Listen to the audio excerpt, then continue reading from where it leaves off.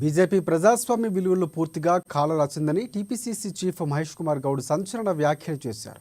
అంబేద్కర్ రాసిన రాజ్యాంగాన్ని బీజేపీ మార్చాలని ప్రయత్నాలు చేస్తుందన్నారు. బీజేపీ ఆర్ఎస్ఎస్ వాళ్ళు వాళ్ళకి అనుగుణంగా రాజ్యాంగాన్ని మార్చాలని చూస్తున్నారని ఆగ్రహాన్ని వ్యక్తం చేశారు.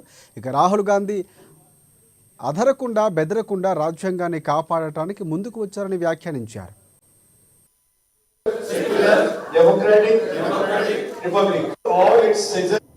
దేశంలో నడుస్తున్నటువంటి ప్రస్తుత పాలన చేస్తున్న వ్యక్తులు రాజ్యాంగం పట్ల ప్రజాస్వామ్యం పట్ల నమ్మకం సన్నగిలిన వేళ వారికి అనువుగా వారి పార్టీ యొక్క సిద్ధాంతాలు అనువుగా రాజ్యాంగాన్ని సమూలంగా మార్చాలని జరుగుతున్న ప్రయత్నాలు తిప్పికొట్టాల్సిన బాధ్యత ఈ దేశంలో ప్రతి పౌరుని మీద ఉంది.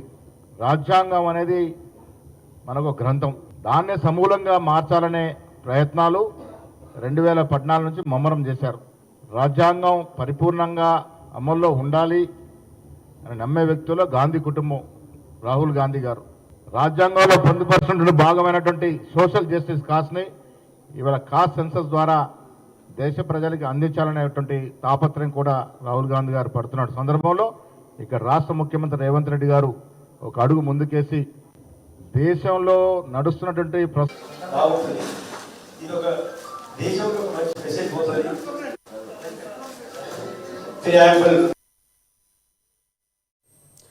నిజామాబాద్ జిల్లా నవీపేట